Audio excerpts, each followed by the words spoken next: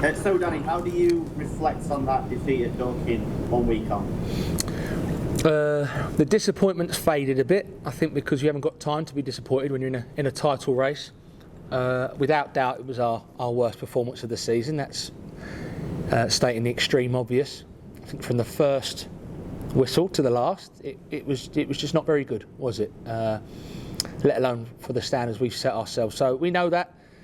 Gaffer made it clear after that, regardless of our healthy league position, we want to perform better than that. So I think regardless of points totals and potential championships and all that stuff, we just want to turn up tomorrow with a much improved performance against what will be a very good Fylde team. I think the manager said he was going to sort of wait for the dust to settle and then maybe get into the players a little bit on Monday. Has that been the case? I wouldn't say he got into them. There's times where we've had meetings Monday morning after a good win and everyone comes in and thinks it's going to be all high fives, and actually there's a lot of things that's been dissected and the manager wants us to do better for the next game. So obviously there was more than usual that we weren't happy with down at Dorking, and I think like after Paul said to me in the interview after, said about, is it a bad day at the office? And I think yes, obviously we haven't had many bad days at the office, but at this stage of the season we want to make sure our performances don't tail off, and obviously sort of that's only one poor performance, but even so, for the standards we've set, we want to make sure that we turn up tomorrow, and from the first whistle, as opposed to the first whistle at Dorking, we really press high and make sure that Fylde have a tough afternoon. And I know you can't probably go into things sort of tactically what was said in those meetings, but what was the sort of overall message to come out from that analysis? Very general, really. I think if anyone could look back on the game, and it was not nice to watch it back, because it was very, very far from what we've done for most games this season, home or away. So it's very general, really, from poor goals to wasted opportunities in their attacking third to giving the ball away needlessly. Lots of things could have been done a lot better. Thus the 4-1 scoreline. That didn't create itself. That was 4-1. So credit to Dorking, but also we expect a lot better from ourselves after what we've done for most of this season. The boys have trained excellently since then.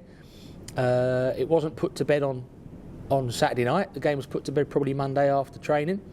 And then all of a sudden, Tuesday comes and it's all about Fylde. We went to go and watch them at York.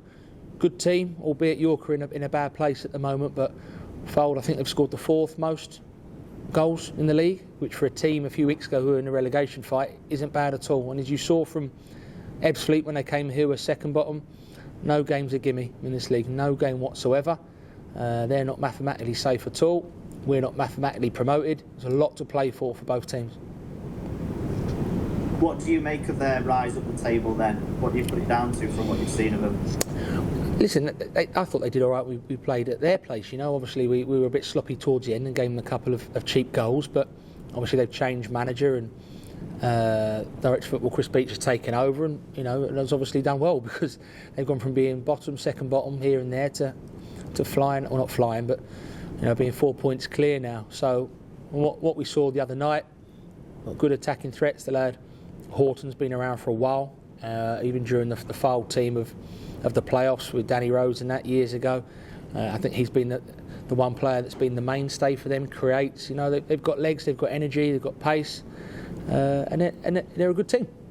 So don't let the league position fool anyone. A bit like I'll be saying the same to you before Oxford on Tuesday night. Yes, they're bottom of the league, but they're going to come fighting and scrapping. So there's no easy game. It's up to us to make games. Not easy, but to make them as comfortable as possible, and you only do that by playing the way that Chesterfield have been playing for the majority of the season.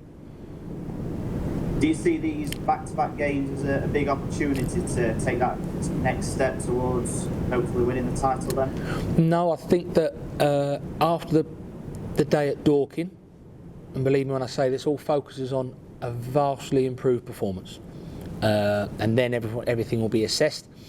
I think that if you'd have, or maybe a point down at Dorking or a good win, you're thinking, okay, or if this happens or that happens, and you might not say it publicly, but in your head you're trying to work out the permutations. But after that performance at Dorking and the result, It really isn't in our thinking, it isn't in the players' thinking. They want to give the supporters a good win and a good performance tomorrow, but that only happens if we turn up.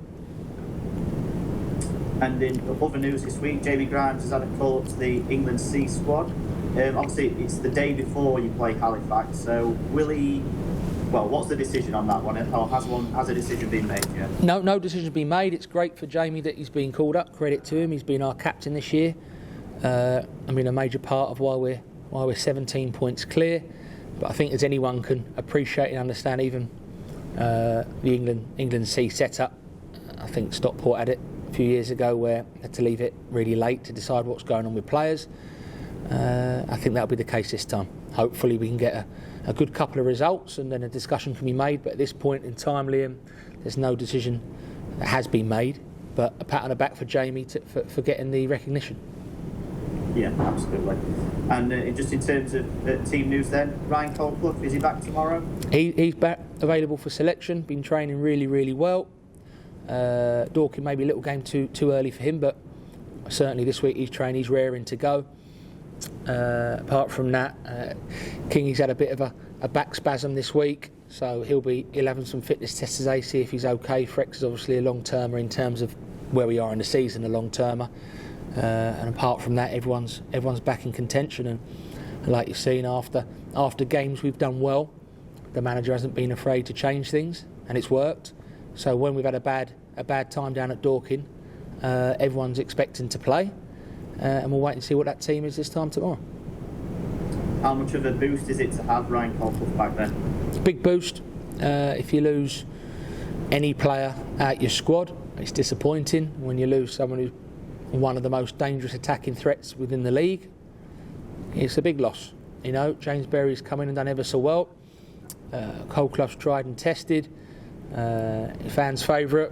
Got people off their seat regularly this season. So disappointing that tackle from Gates has kept him out this long. The rehab's been good. His fitness levels are high, and he's certainly available for selection tomorrow. And if he's involved, let's hope he can help us get 3 wins, get back on track. And is Joe Quigley back amongst it after his good news last weekend? Yeah, he's a lovely little girl, so he's had a lot of pats on the back this week. Congratulations. Don't think he's had too many sleepless nights as it stands. I think he's got his headphones in when he goes to bed, but he's all right. He'll be involved tomorrow, and like I say, we'll decide on the team later today. But whoever plays, we want to play a lot better than we did last week, and I'm sure we will.